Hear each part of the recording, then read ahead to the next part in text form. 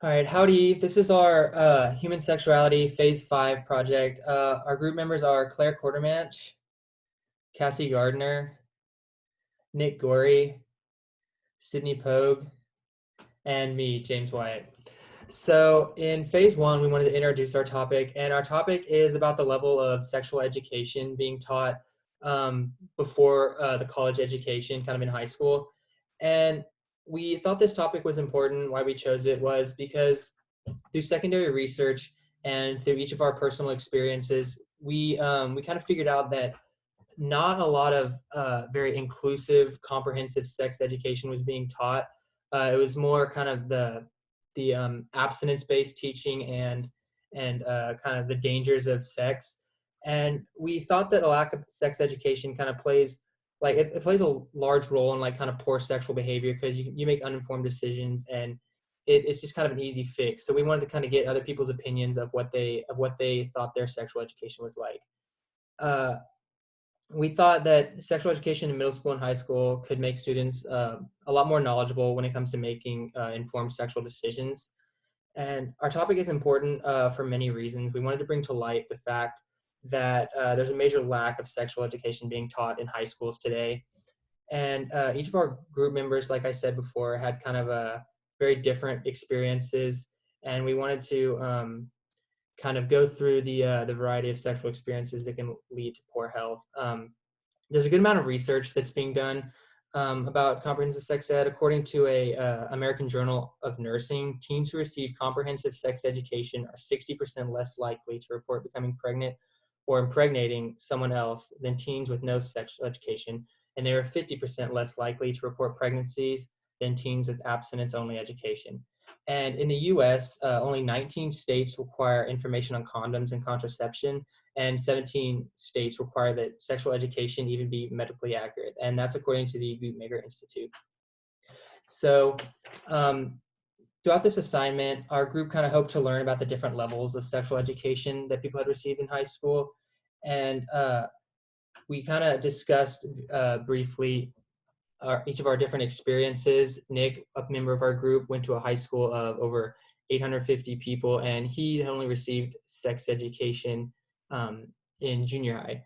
And three of our members had graduating classes of a lot smaller, and they remembered the Aim for Success program, which is a strictly abstinence-based kind of share the problems with sex, and they don't really embrace having sex. They more kind of try to scare you away from it and tell you that the best way is obviously abstinence is what they teach.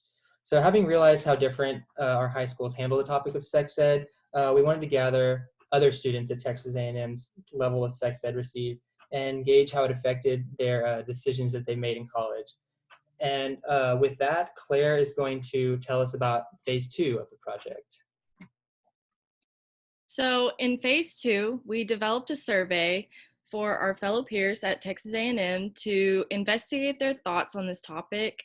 And our survey included asking questions like if they were sexually active through oral or penetrative sex prior to graduating high school. We also asked, did they receive sexuality education in high school at all? And if so, we asked them to describe this education, and also if the education they received even impacted their sexual decision making.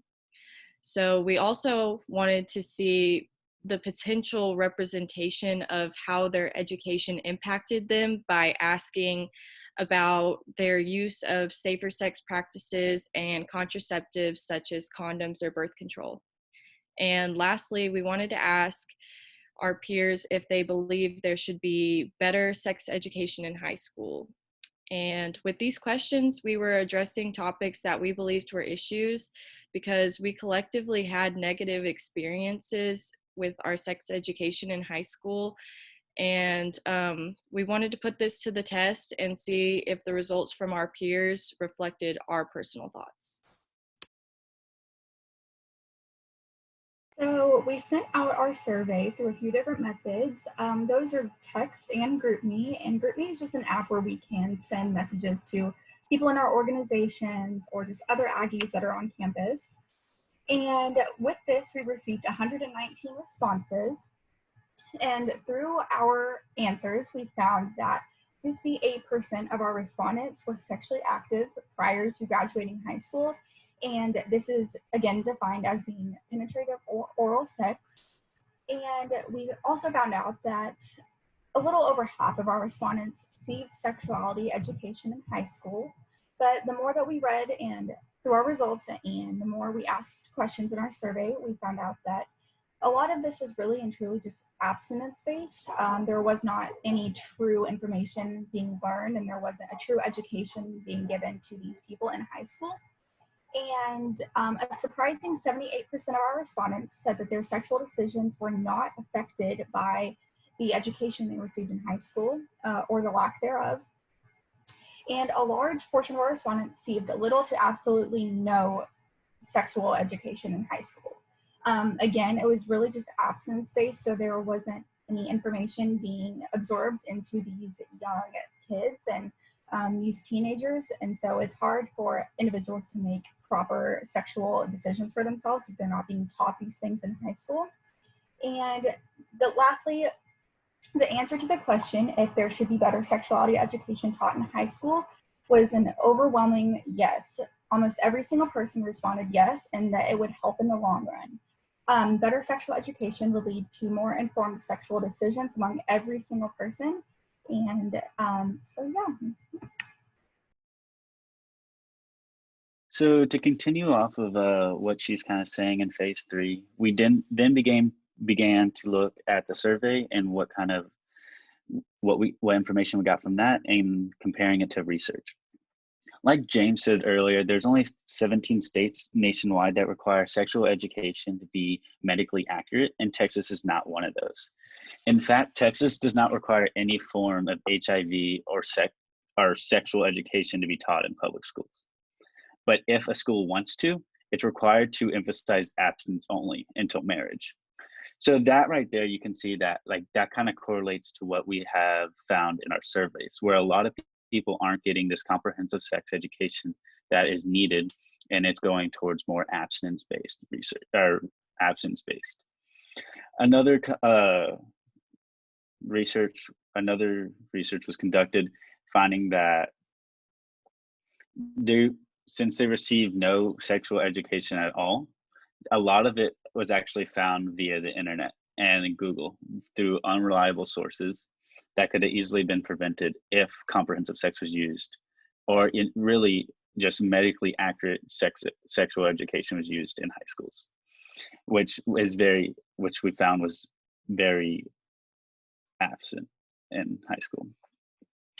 We also found that abstinence-only programs prove no evidence or effectiveness in getting students to actively participate in abstinence, and it actually created a lot more harm than good from it. With that research being found, we went into phase 4, where Cassidy is going to tell us about that. So for our final thoughts in phase 4, the most surprising thing our group learned after this project was the amount of people who did not receive comprehensive sex education in high school. Surprisingly, it was not difficult to conduct our sexual research. Like Sydney said, we sent out links to our Google survey and GroupMe and to our friends, and we got an overwhelming amount of responses. Even though COVID-19 affected our group and our target audience tremendously, we got twice as many responses we were required to have. What was generally surprising to the group were the results showing that everyone collectively agreed that they are dissatisfied with the type of sexual education they received in high school, and there has been nothing done to improve the quality and content of their school's health education. Because we are all future healthcare professionals, it is necessary to highlight the importance that every student needs to receive proper, comprehensive sexual education in high school. Health is our greatest priority as future healthcare professionals because we desire to see improved sexual health amongst our potential patients. As future nurses, this project has shown us that we can expect a lot of teen pregnancy cases, sexually transmitted infections, and improper sexual hygiene cases if schools continue to make comprehensive sexual education non-mandatory. It is very important that everyone is learning how the female and male bodies work, how the reproductive system works, and how sexually transmitted infections are contracted. and how to take care of their sexual health altogether. In conclusion, this project taught us a lot about sex health, about the school system, and how we can do our jobs as the future to progress and improve it. Thanks for watching.